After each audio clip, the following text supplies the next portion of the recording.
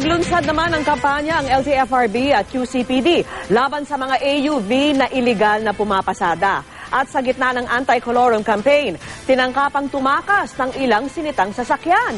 Saksi si Dante Perelio.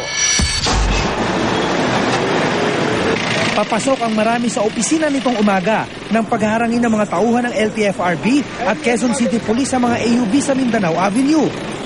Ang target, mga kolorom umanong AUV at mga posibleng ginagamit daw sa robbery hold-up. Ang puting AUV na ito, natuklasang ditugma ang plaka sa rehistro ng sasakyan sa LTFRB.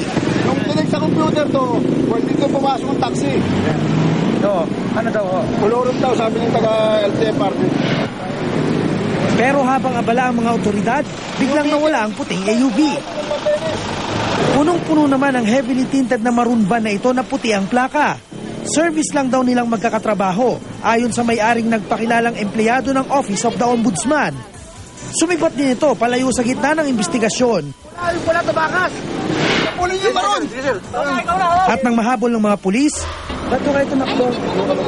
Hinabol kayo, di ba? Kasi sinabi ko na nga kami, service, di ba? Dapat isang office lang yun eh.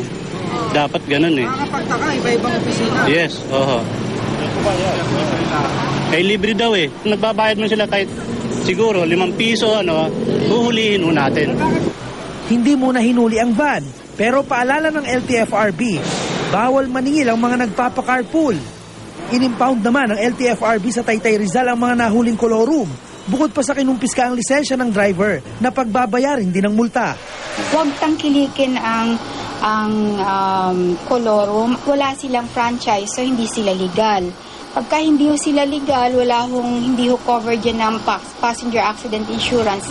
In case magkaroon ng problema o aberya or magkaroon ng aksidente, walang sasagot sa inyo kaagad.